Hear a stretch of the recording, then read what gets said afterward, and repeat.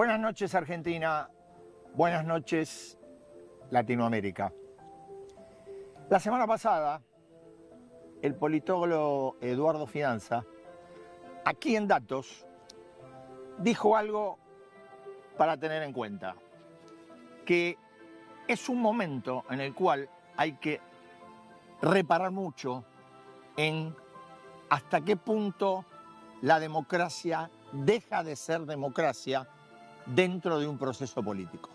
Lo dijo a propósito de un informe del Instituto Vedem de Suecia que se hizo público la semana pasada acerca de una valoración de los sistemas a nivel mundial.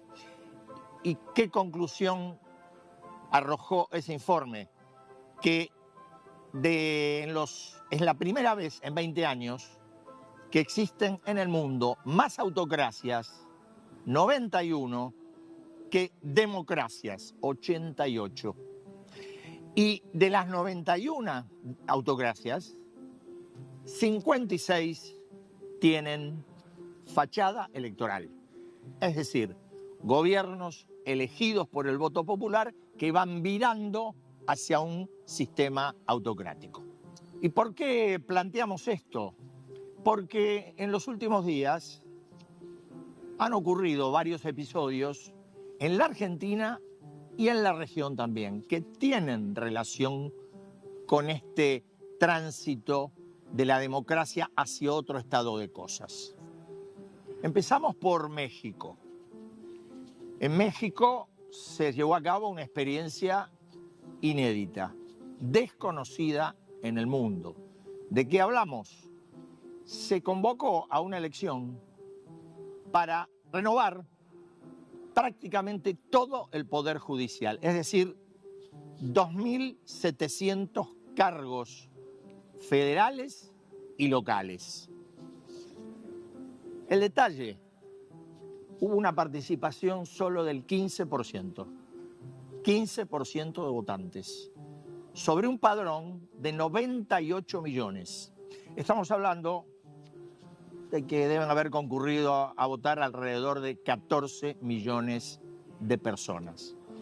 Con esa base, el gobierno mexicano, que encabeza Claudia Sheinbaum, hará la renovación del Poder Judicial,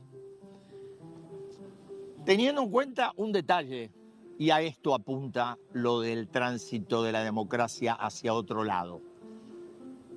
El gobierno de Sheinbaum, que es heredera de Manuel Alberto López Obrador, del partido Morena, tiene mayoría absoluta en el Parlamento y obviamente controla el Poder Ejecutivo. Y de no haber sido así, no podría haber hecho la elección que hizo, porque previo a la elección tuvo que hacer una enmienda constitucional que logró sacar por esa mayoría que tiene en el Parlamento. Y aquí en la Argentina reapareció Cristina Fernández. Es cierto que la expresidenta tiene hoy un liderazgo declinante, pero es cierto también que sigue siendo, al menos en el espacio opositor del peronismo, del kirchnerismo, la figura más convocante, la figura más importante.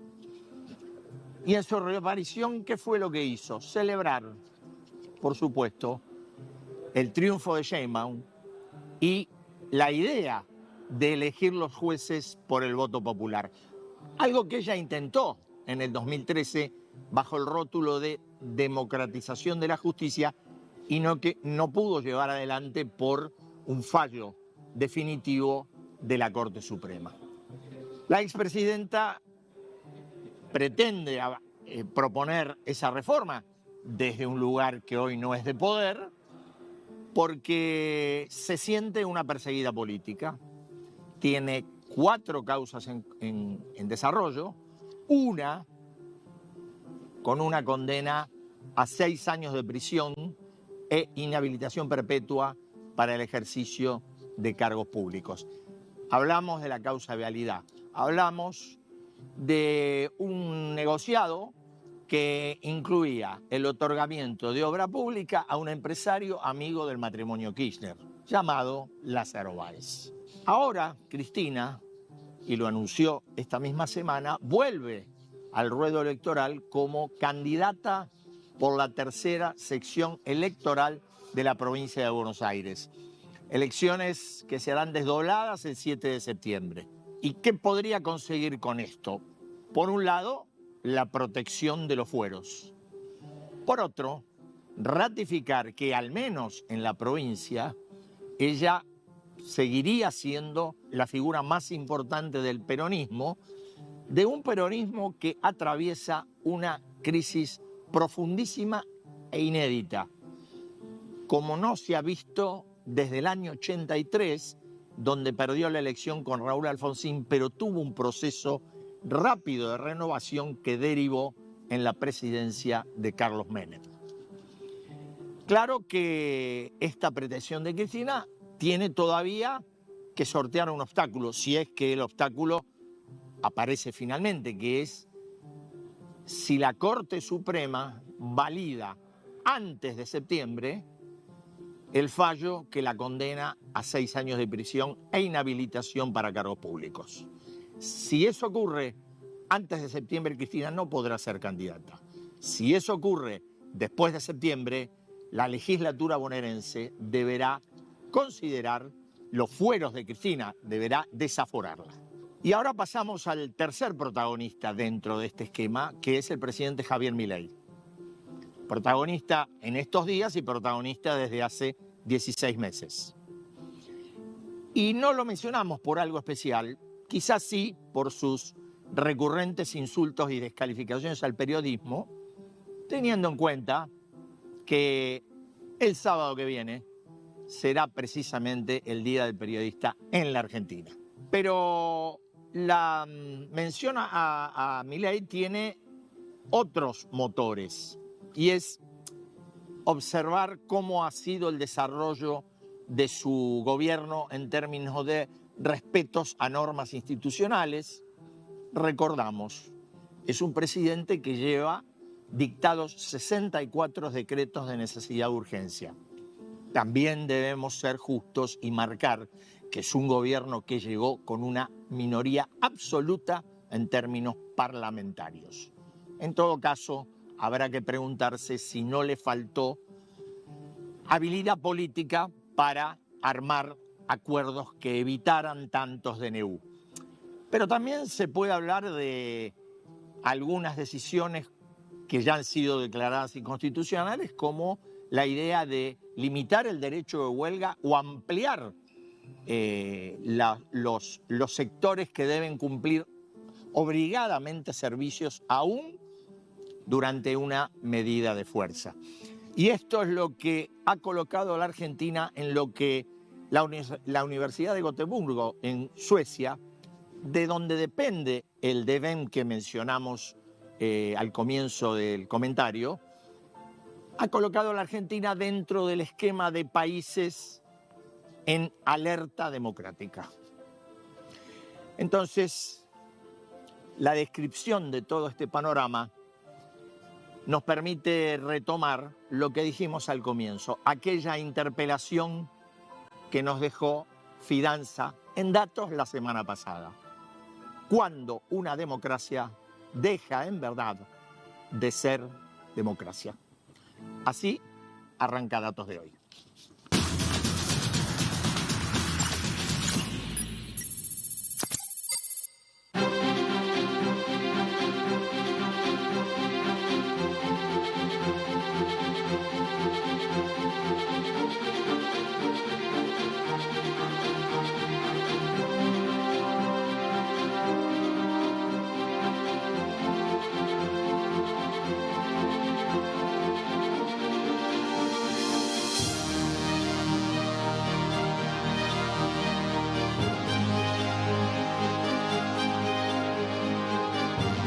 ¿En qué momento podemos decir de un sistema político esto es una democracia? ¿Y en qué momento podemos decir esto dejó de ser una democracia? Correcto.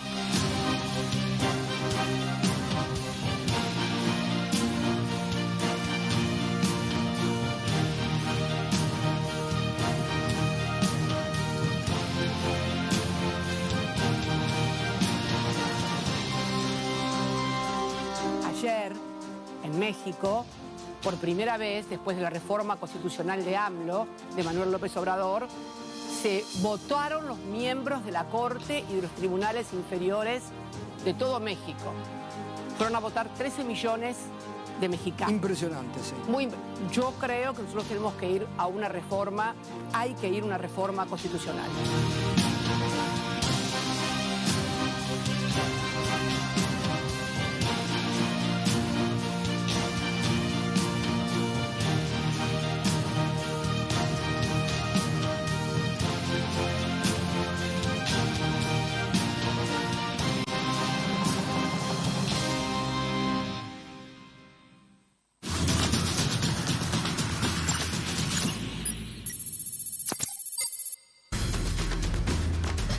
Y estamos para hablar de política argentina.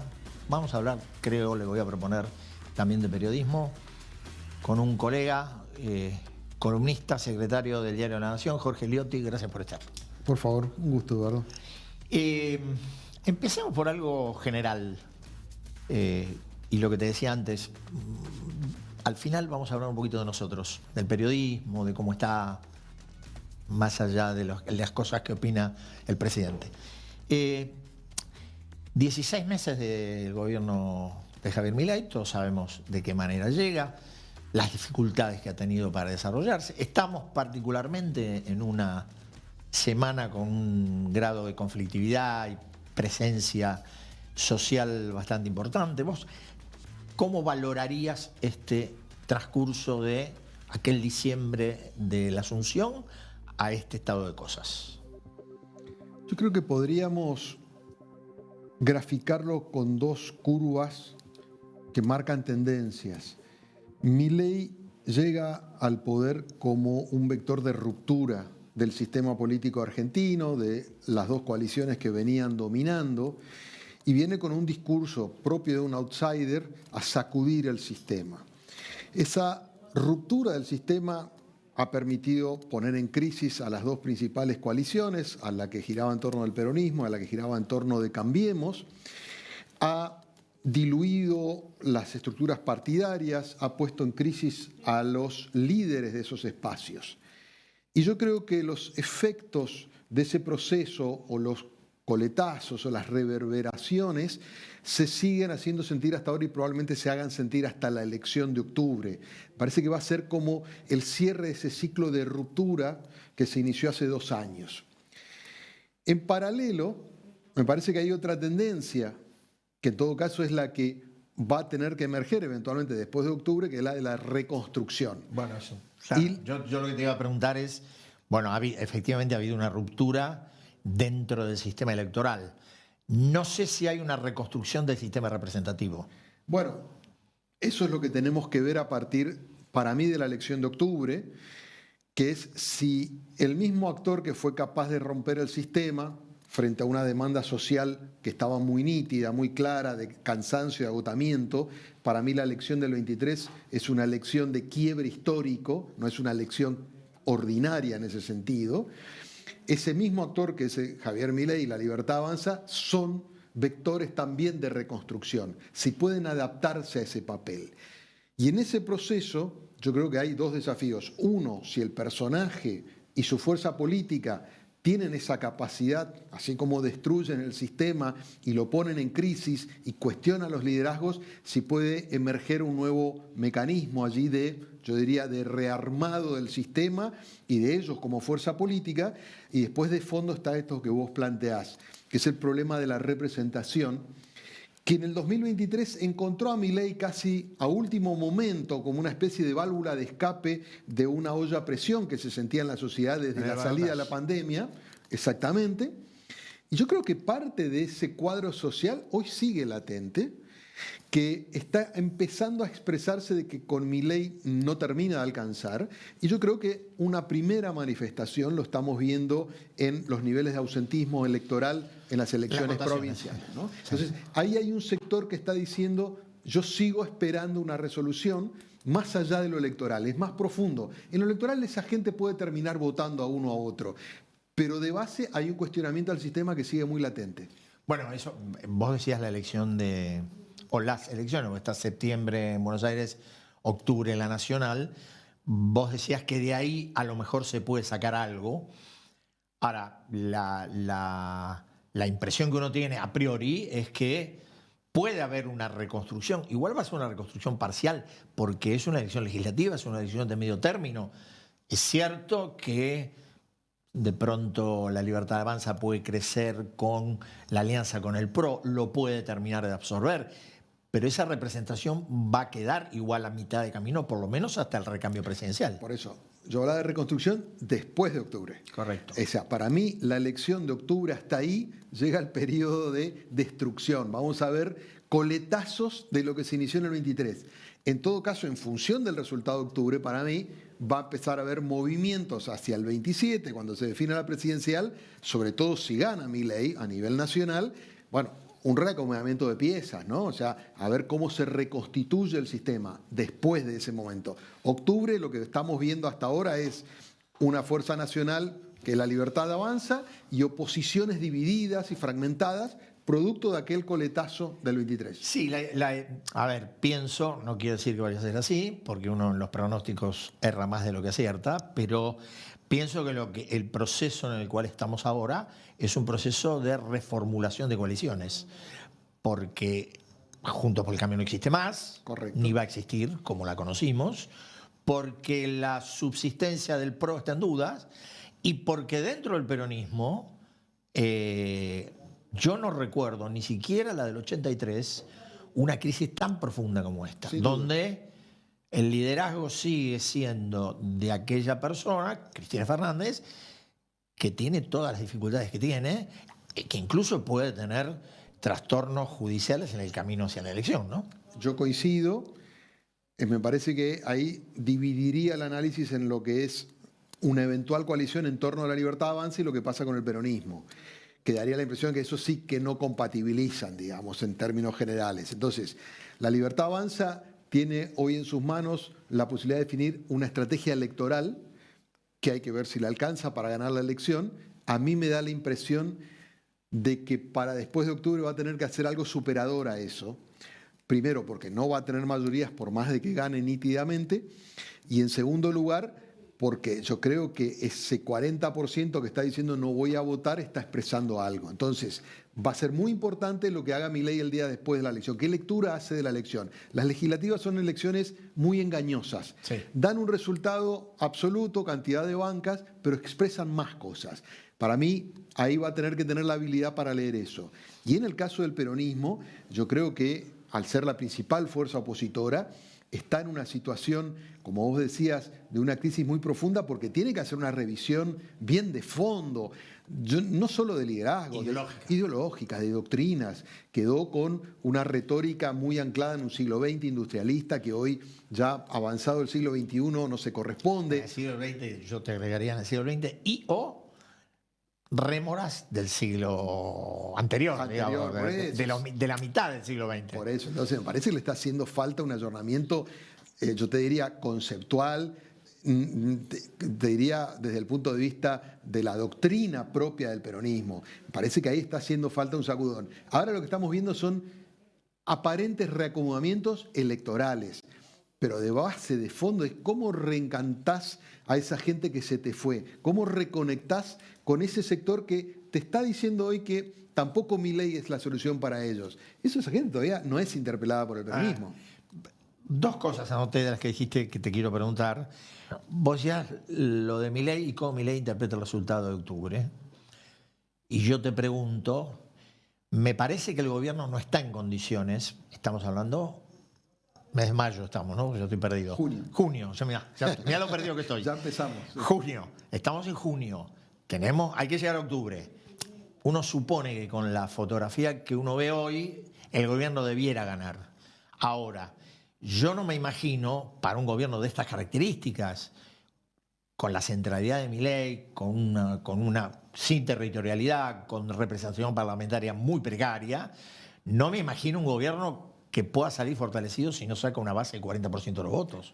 Yo creo, ese es un umbral, yo te diría que no está escrito en ningún lado, pero es como un principio. Un gobierno que se expone a una legislativa y saca menos del 40 está en problemas, saca 40 o más, supuestamente sorteó el obstáculo. Ahora bien, el gobierno va a necesitar ganar nítidamente la elección para generar, más allá de la cantidad de bancas que logre, la percepción en todo el sistema, posibles aliados, gobernadores, de que este es un proyecto sustentable, que tiene proyección en el tiempo y que le ofrece algún canal, yo te diría, de mutua conveniencia a sus actores para cooperar. El gobierno necesita solidificarse. Hasta ahora ha atravesado, la verdad que con muy pocas herramientas, con bastante éxito.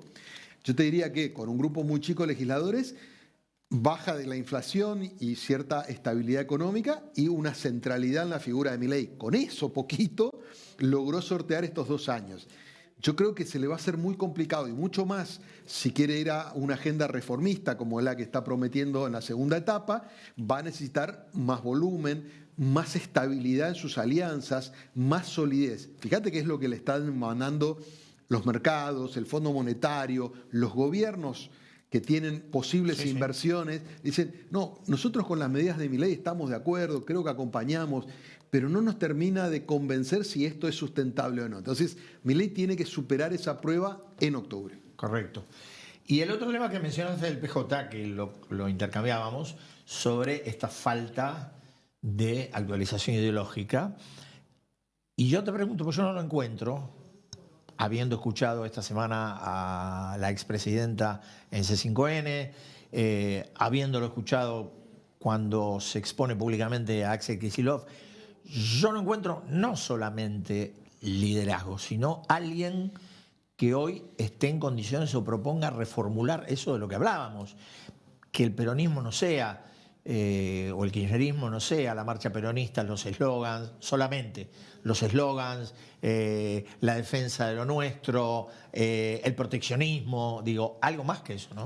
Bueno, es interesante lo que planteas, porque si mirás con una lupa muy fina, Kicillof y Cristina, a su manera, verbalizan o intuyen que tienen que cambiar algo.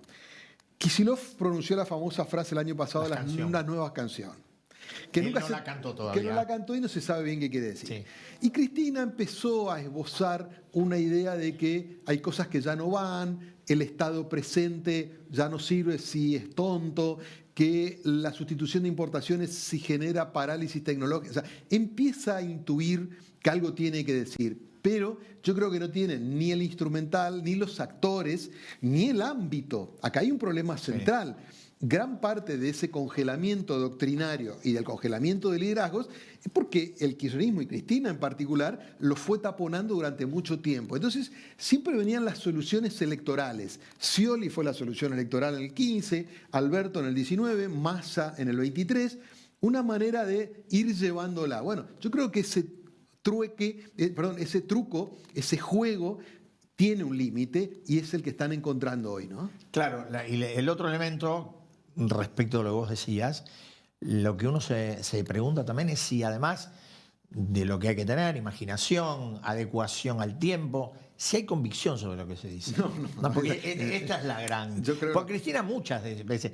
Porque Cristina dice lo que vos decís, sí, y dice también que lo más conveniente es reformular el Poder Judicial con el voto popular, como hizo México. Exactamente. Luego decís, bueno...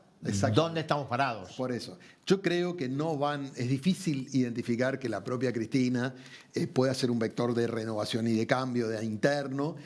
Kicillof me parece que pudo haber sido, desde mi punto de vista, tiene una mirada económica que es muy anticuada y que, más allá de eso, parece que repite algunos hits que ya no le han funcionado. Y después hay un desierto muy importante, a pesar de que la Argentina tiene muchas geografías, parece un vasto desierto. El peronismo hoy no ofrece figuras en las cuales uno pueda empezar a afinar la mirada. Y los que tendrían potencial, el mensaje que mandan es: no me quiero meter con el poder central. Gobernadores, yo me quedo en mi provincia, digamos, alambro la provincia, arreglo con el gobierno, no vengan desde Buenos Aires. O sea, el AMBA se transformó en un factor tóxico para el interior, para gobernadores que más o menos la tienen manejan su territorio, sí. Y con eso está resuelto. No, fíjate hace cuánto tiempo, Eduardo, no hay un fenómeno del interior puro.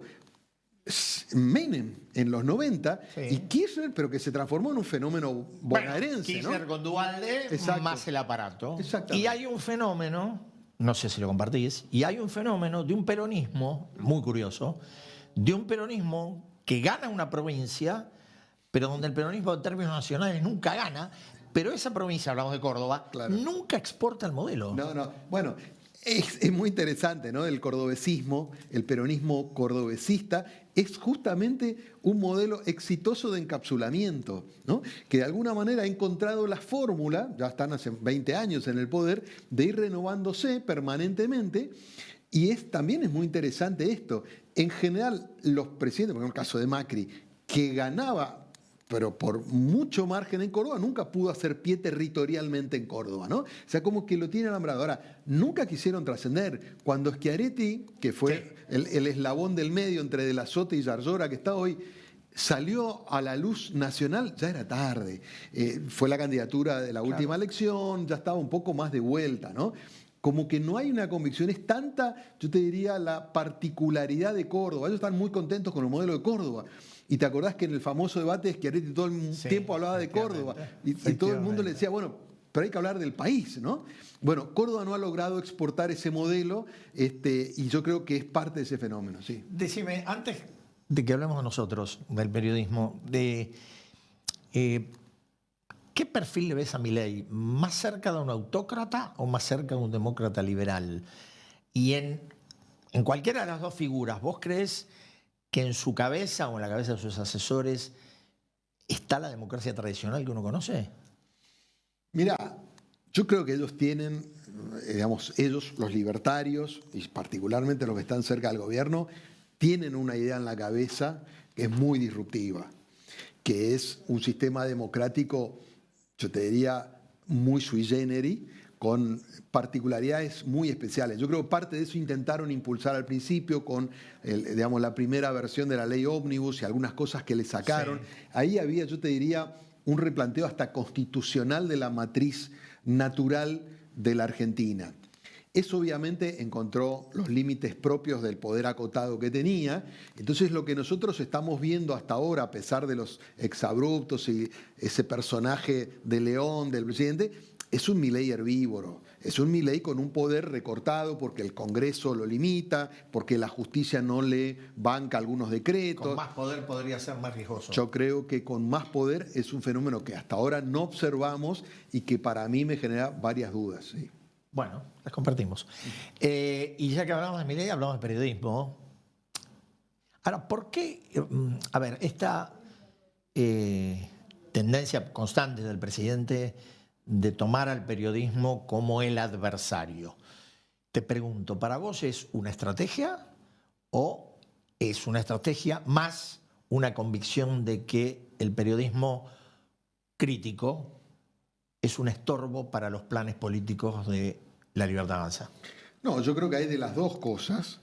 Me parece que hay un bajo nivel de tolerancia a la crítica, eso está de fondo. Hay una idea de que hay que desintermediar la relación con la sociedad. Pensaba lo mismo, ¿eh? Sí, exactamente. Yo creo que hay una diferencia quizás sutil en el modo de confrontar con el periodismo del kirchnerismo y este. Yo creo que el kirchnerismo introducía la lógica de la pelea contra las corporaciones. Es cierto. Era parte de una tríada que era justicia, medios y campo. Y fíjate que en esa época básicamente cuestionaba a los grupos económicos, ¿no? Y esa era la mirada. Después en algunos casos hubo contra periodistas puntuales, pero la mirada de Cristina particularmente era corporativa. La de Milei tiende a desvalorizar el ejercicio de la profesión, digamos. Es decir, el periodismo es equivalente casi en todos los casos, en la gran mayoría, a mentiroso, ensobrado, etcétera, etcétera. Pero que vale es Twitter. Obviamente, o sea, es la licuación de la función periodística. Eso, por un lado, te diluye la crítica, te mete al periodismo en yo te diría, un tsunami de mensajes y de contenidos, que es lo que circula en las redes, donde hay periodismo, música, entretenimiento y todo vale lo mismo, operaciones, militancia, y no tienen por qué hacer periodismo. Y por otro lado, yo creo que de algún modo neutraliza esa idea de que hay alguien que interpreta su palabra, que es algo que siempre el poder quiso hacer, ¿no? Acá yo creo que lo llevó a un nivel muy superior en intensidad, en insistencia, porque fíjate que ya lleva mucho tiempo machacando sobre la misma idea y ha sido particularmente hostil, ¿no? Él o el grupo que lo sigue. Yo pensaba el otro día, y lo comentaba con colegas, que más allá de lo que vos describís muy bien, de cuál es la idea que tiene el presidente o la idea que tienen los libertarios, también hay un contexto que ayuda a esa idea y que tiene que ver con nosotros. Sí. Es decir, la desconfianza, el descrédito, como quieras llamarle, que la sociedad tiene en general con las instituciones, la tiene también con nosotros. Sin duda. Yo comparto, creo que Milei martilla sobre un clavo que está flojo y él lo sabe.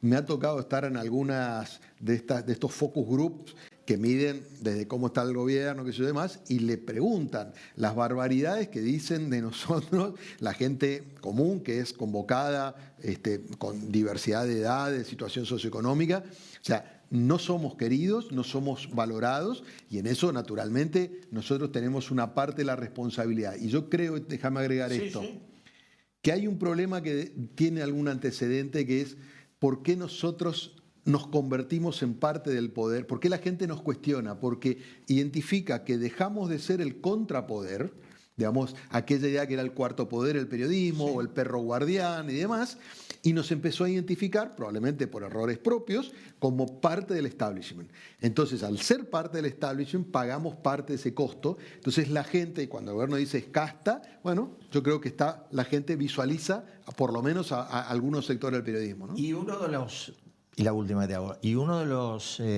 me parece uno de los reflejos de ese lugar del cual nos corrimos, o nos corrieron, como quieras, también se refleja en cómo funciona hoy la dirigencia política respecto del periodismo, ¿no?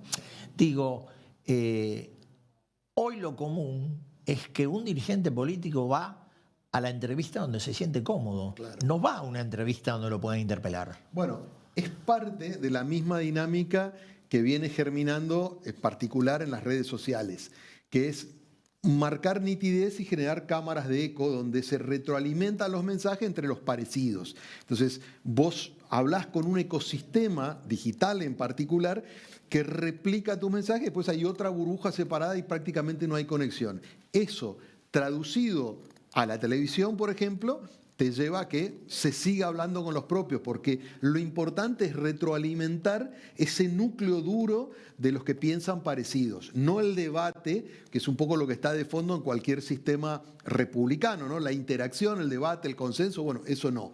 Lo que hay es que crear núcleos nítidos, apartados, donde uno, con un sesgo muy claro, baja el mensaje. Y en ese sentido yo creo que hay que interpretar tanto a Milei hablando con periodistas o medios afines, como Cristina haciendo lo propio. Exacto. Jorge, mil gracias. Por favor, y seguro que nos vamos a volver a charlar. Cuando quieras. Nosotros, antes de ir a un corte, vamos a estar, mejor dicho, después del corte, vamos a estar con el tema México, que lo mencionamos recién con Jorge, las elecciones del domingo pasado, inéditas en el mundo, elecciones convocadas para renovar todo el Poder Judicial, un viejo anhelo de Cristina acá en la Argentina. Ya volvemos.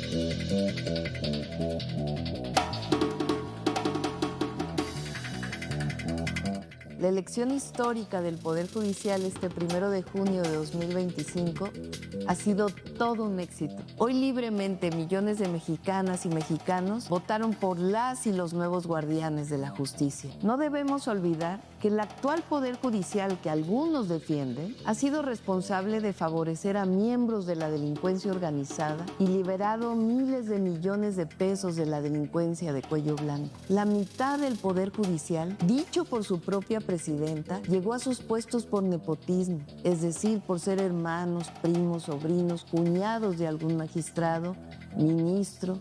El poder en México está en el pueblo, ya no está en unos cuantos.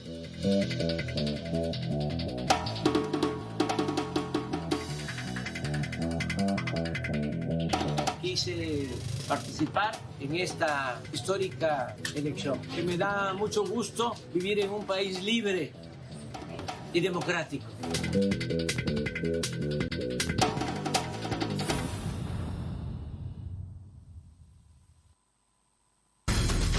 Lo hemos anticipado.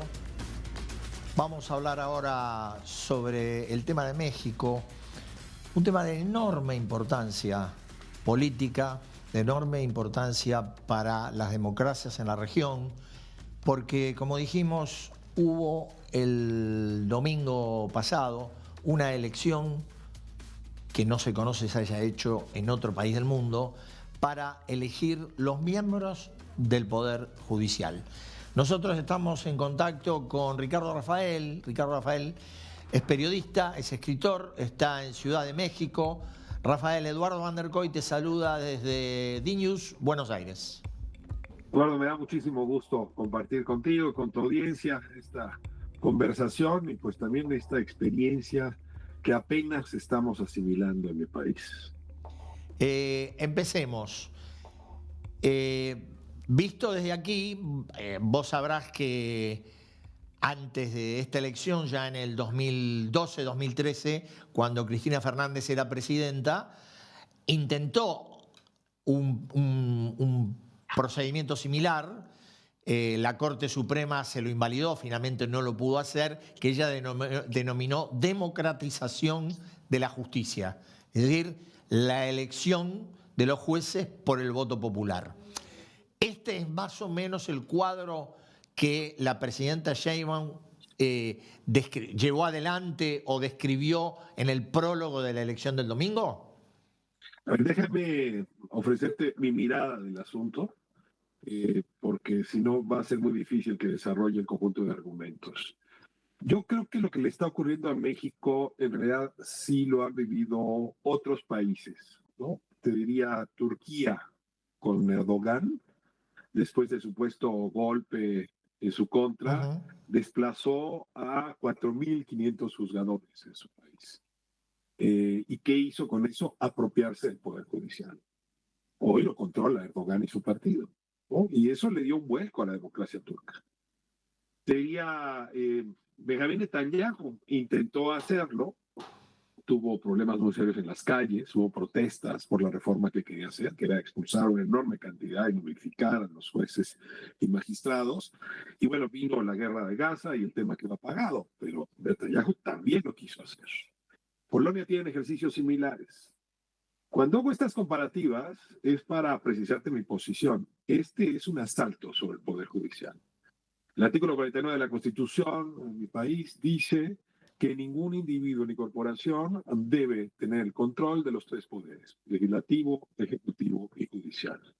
Morena, déjame decirlo así, Movimiento de Regeneración Nacional, que además tiene un registro como partido, tiene hoy por hoy el control de los tres poderes. Le faltaba el judicial, ya tiene el poder legislativo, por eso pudo hacer la reforma judicial, a diferencia de Cristina, o sea, tiene 2/3, pudo hacer la reforma judicial y por lo tanto la Corte Mexicana no pudo detenerlo. Tiene el poder ejecutivo, tiene el poder federativo, también nosotros somos una federación, la mayoría de los estados, 90% están gobernados por Morena, le faltaba como contrapeso el judicial. Y de esta manera lo que hizo fue correr a la mitad del Poder Judicial federal y una buena parte de los poderes judiciales locales. Y entrar en este nuevo esquema, ahora platicaremos, pues para alertar sobre los problemas serios. Pues es un esquema donde el pueblo salió a la calle a decir no me gusta. Déjame darte los datos, porque a veces uno vota con V y mete la boleta en la urna, y a veces uno vota con B alta. Y votar con B alta es decirle no a una elección. Los números son los siguientes. El abstencionismo fue del 87%. Poco más, porque es 12.7% la población que está enlistada en el padrón electoral mexicano que asistió a votar. Ahora, si revisamos la gente que fue a votar y anuló su voto allá adentro, yo te diría, en la elección para jueces hay un voto nulo del 47% sobre los que fueron. Es sobre el decir, 14%, digamos. Sobre 12 millones, porque el padrón, la lista es de 100 millones, yo te diría, 6 millones decidieron asistir y no votar por los jueces. Esa es una forma de votar con B alta. En el caso de un tribunal de disciplina, del cual si quieres también hablamos, es una barbaridad, porque es el control sobre los jueces, también la abstención fue del 47%. Y en el caso de la Corte, la abstención fue aproximadamente del 10%. Ahora, Rafael, la situación previa a esta, digo, podemos coincidir, a ver si coincidís, podemos coincidir, como ocurre en la Argentina, que la eficiencia de la justicia mexicana no es la mejor. Esto no quiere decir que este sea el mecanismo para mejorarla, pero a lo que me refería es si con esa base de votos la posibilidad de remover y de nombrar nuevos jueces tiene fundamento, tiene estabilidad, va a tener permanencia, a eso me refería. A ver, tiene legalidad, no tiene legitimidad. Para ponerlo en términos muy claros, hay fundamento porque se hizo una reforma judicial con un Congreso, por cierto, donde se lograron inflar los números de la mayoría, ¿no? O sea, no recibieron 2/3 de la votación en Cámara de Diputados ni en Cámara de Senadores, pero, no me voy a detener ahí, por un mecanismo de sobrerepresentación, la mayoría logró tener el control de 2/3 del Congreso. Y ahora se volvió legal ese hecho, así se apropiaron del Poder Legislativo. Además hay una historia porque no lograban ni así la mayoría, y entonces lo que hicieron es utilizar el Poder Judicial que tenían ellos control entonces para meter al padre de un senador a la cárcel y para sacar al padre de otro senador de la cárcel, y por eso consiguieron los 2 votos que les faltaban en el Senado. Entonces, desde entonces tienen legalmente el control del Congreso. Ahora con esta elección tienen legalmente el control del Poder Judicial, pero la pregunta que yo me hago es la misma que tú te haces, es muy puntual. ¿Qué tan legítimo es esto? Muy poco. Y lo que no es legítimo tiende a no ser duradero, uno supondría. A menos que de pronto el esfuerzo hercúleo que tendría que hacer la nueva Corte y el nuevo Poder Judicial, pues en efecto demostrara que tiene una cercanía con el pueblo que no se probó en las urnas. Además, esta reforma, como bien decías, como bien relata el discurso de la presidenta Sheinbaum el domingo, ¿no? Lo que buscaba, nos prometieron la cercanía con el pueblo, pues no la tuvo, que la abstención fue así de ese tamaño. Ahora, claro, se puede conseguir cercanía por medio de una renovación del Poder Judicial para entregarnos una justicia que funcione. Porque coincidiendo contigo, América Latina, casi todos los países sufrimos un sistema judicial que no es propio de una democracia, porque no nos iguala ante la ley, no nos iguala ante la autoridad, por cierto, no nos iguala ante la sociedad, ¿no? Es un problema muy serio. La mayoría de los países latinoamericanos que respondemos, no somos una democracia, es por esta falta de igualdad ante la ley. Y pues desde los griegos esta es una característica de la democracia. La pregunta es si sometiendo a voto popular a las y los juzgadores se resuelve el déficit democrático. La respuesta que estamos encontrando es no. Lo que ocurre con una iniciativa como la que vivimos en México es que la maquinaria electoral, el clientelismo más puro y burdo, es capaz de movilizar votos a favor de sus candidatos. Y eso fue lo que ocurrió. Déjame ir más allá, Eduardo, que es una cosa terrible. Se repartieron lo que aquí llamamos acordeones. No sé cómo llaman ustedes cuando los niños van a la escuela y llevan sus notas que no pueden sacar en el examen. Aquí los llamamos acordeones. Y entonces se imprimieron las fichas donde decía por quiénes había que votar. Hay que decirte que no era por nombres, era por números. Había que votar por el 2, por el 38, por el 57, por el 62. Y así, en mi caso, yo tenía que desahogar 64 votos si hubiera participado el domingo pasado. Rafael. Pues los que... No, dime, Los dime, que, dime, dime, sí, dime. los que aparecieron en esos acordeones son los que ganaron. Así de sencillo. Se les entregó a las maquinarias políticas ese acordeón y esos fueron los que ganaron. Hay algunas sorpresas interesantes, pero claramente esto no tuvo nada de ejercicio democrático, fue un ejercicio clientelar para apropiarse del Poder Judicial. Y México hoy pues no tiene ya un Poder Judicial capaz de oponerse al Estado, de pelearse con el Estado, de defender a las personas frente al Estado. Eso es en los hechos lo que ocurre. ¿Y cuál fue el papel que tuvo en todo este desarrollo la oposición política en México? Digo, ¿se transformó en un dique de contención? ¿Se transformó en una interpelación permanente al gobierno? ¿O fue algo que lo fueron llevando? Bueno, déjame parafrasear lo que decías en la entrevista anterior, ¿no? Aquí la oposición todavía no encuentra su tonada. Se quedó hecha pedazos desde el 18, no ha hecho más que equivocarse. Representa, a ver, yo te diría que hoy no acompañan en las decisiones al oficialismo entre el 45 y el 53%. Las oposiciones como oferta política apenas representarán el 20%. No han sido capaces ni siquiera de conectar con el voto opositor. Y en estas elecciones no supieron qué hacer, si participar o no. Entonces algunos gobernadores, algunos de oposición participaron porque lo que querían era ganar, que sus jueces y sus magistrados ganaran.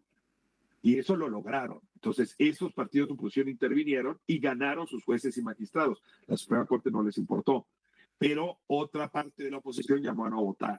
Y entonces, la verdad, fue imposible que se convirtieran en un dique. Pues sí, López Obrador la llamaba una oposición moralmente derrotada, ese es parte del asunto. El sistema político mexicano que tuvimos hasta 2018 se desbarrancó y no ha habido músculo desde la oposición capaz de volverse un dique. Te quería preguntar otra cuestión y era, en este juego dentro del oficialismo, con la presidenta como primera figura, ¿cuánto influye la figura de López Obrador todavía? Déjame, voy a dar 2 pasos atrás, porque Dale. la pregunta es, ¿de dónde viene esta reforma judicial? Y esto es una cosa que se ha dicho poco, pero ejerciendo nuestro oficio que tanto apreciamos, tanto on the record como off the record, he hablado con varias de las actuales ministras y ministros que son los que van a salir el 31 de agosto. Todas esas personas hoy coinciden en que la confrontación con Andrés Manuel López Obrador se da en el momento en que López Obrador los llama a su oficina y les pide que la Guardia Nacional, es un brazo que él crea con propósitos de seguridad pública, sea un brazo del ejército, porque el ejército así se lo pidió, porque muchos de sus integrantes provienen del ejército. Cuando las y los ministros se niegan a condescender con López Obrador, y ni siquiera los que él mismo había nombrado durante su mandato, es cuando él los amenaza con llevar esta reforma, y aún así le niegan esto, porque la Constitución claramente decía que la Guardia Nacional tenía que ser de naturaleza civil, y en ese momento no solamente propone la reforma, sino que lo vuelve una de las banderas de campaña de su sucesora. Entonces, es cierto que la presidenta Sheinbaum, entre los temas, tenía el asunto de una reforma judicial, donde la regla general iba a ser legitimar el nombramiento de jueces y magistrados por voto popular, pero nunca se propuso con el nivel de detalle la iniciativa como lo que acabó saliendo del Congreso, que es un batidillo. Ahora, ¿qué es lo que estamos observando? Que los estados donde tiene mayor influencia López Obrador, o la tuvo, donde operadores políticos cercanos a él jugaron de manera relevante, incluido su hijo, que actualmente es el secretario de organización del partido, es donde los candidatos, las candidatas de Morena ganaron. Y en sentido inverso, donde tienen menos músculo y menos brazo, donde son otros agentes de Morena los que juegan, es donde tuvieron, digamos, mayor participación. Estoy hablando de un rango que va desde participación solamente del 7% del padrón hasta participación del 18%. Pero es muy claro que hay una operación política al expresidente que dejó emplazada antes de salir, cosa que me cuesta trabajo porque salió hace 7 meses, o más bien que sí, él participó muy seriamente en sacar adelante una corte que es muy cercana a él, no a Claudia Sheinbaum, muy cercana a él. Rafael, tomando la descripción del panorama que haces, Yo te preguntaría, y mirando la evolución de los sistemas democráticos en la región y en otros países del mundo, yo te diría si vos considerás que la democracia en México estaría en un proceso de transformación hacia otro Estado, hacia otra cosa, no sabemos qué, o todavía crees que se mantienen determinadas formas, determinados parámetros, como para decir, no, bueno, México es una democracia tradicional. A ver, Eduardo, es que la pregunta que me haces me lleva a hacerla casi a todos los países hoy, ¿no? O sea, yo te diría, siendo vecino de Estados Unidos, me hago la pregunta y te diría, algo está mutando de manera nuclear en ese sistema de pesos y contrapesos, ¿no? Si de pronto me asomo, en efecto, a varios países europeos, voy a toparme con la misma lógica. Y en ese sentido sí creo que lo que le está pasando a México, hay que verlo con atención, es una expresión en territorio de una transformación sobre la noción democrática que teníamos, pues sobre todo de un sistema republicano, ¿no? De pesos y contrapesos, donde la democracia representativa jugaba un papel principal, donde en efecto el Poder Judicial tenía como tarea ingrata decirle que no a las mayorías para proteger al individuo frente a esas mayorías. Entonces, sí estamos viendo una mutación muy seria. Ahora, si la pregunta en expreso es si México ha dejado de ser un país con un sistema pluripartidista, te diría sí. No hemos visto nacer una oposición con gran arrastre, no tiene cuadros y en cambio Morena tiene una fuerza enorme en liderazgos, en legitimidad, en cuadros y lo más importante, en recursos públicos. O sea, puede manipular clientelas con recursos públicos de manera impune. Desapareció los órganos de contrapeso, el órgano de transparencia, el Poder Judicial, los órganos de competencia, y me temo, Eduardo, que si quieres entrevistarme en unos meses, esté aquí contigo narrando la desaparición del sistema electoral como hoy lo conocemos, del Instituto Nacional Electoral, es un órgano también autónomo. Es decir, sí, yo veo pulsiones, como llamabas tú hace un momento, autócratas a la mexicana, porque cada país las va recibiendo como va pudiendo, pero que me hacen eco con lo que estoy viendo en otros países, ¿no? Creo que hoy nos gobiernan o bien oligarcas o bien autócratas, y yo diría que el sistema mexicano, a diferencia, por ejemplo, de lo que está pasando en Estados Unidos, es que no es una oligocracia la que se está apoderando del país, aunque hay arreglos con ese sistema, sino más bien es una autocracia muy inquietante, muy preocupante, donde pues las libertades están en riesgo. Y como te citaba hace un momento, el origen de esta reforma no fue ocioso, donde las Fuerzas Armadas mexicanas, que habían jugado tradicionalmente, a diferencia de muchos otros países latinoamericanos, con distancia frente al poder político, hoy están actuando políticamente, y esto es lo que se vuelve más delicado. Y esto sí es un cambio, por lo menos desde los años 30, en que habíamos logrado que el poder civil y el poder militar estuvieran separados. Rafael, mil gracias por haber estado esta noche con nosotros en Datos acá en DNews Buenos Aires. Muy amable, muy clara tu exposición. Espero que haya servido y felicidades por tu trabajo, Eduardo. Muy contento de estar contigo. Igualmente. Nosotros nos vamos a un corte y a la vuelta el cierre de datos.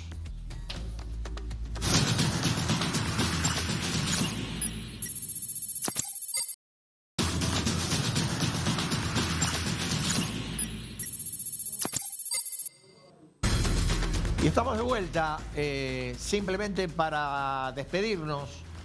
Nosotros volvemos el miércoles que viene a las 21 de Argentina y Uruguay, a las 20 de Chile y Venezuela y a las 19 de Colombia, Perú y Ecuador. Muchas gracias y nos vemos. Este programa fue presentado por Air Europa.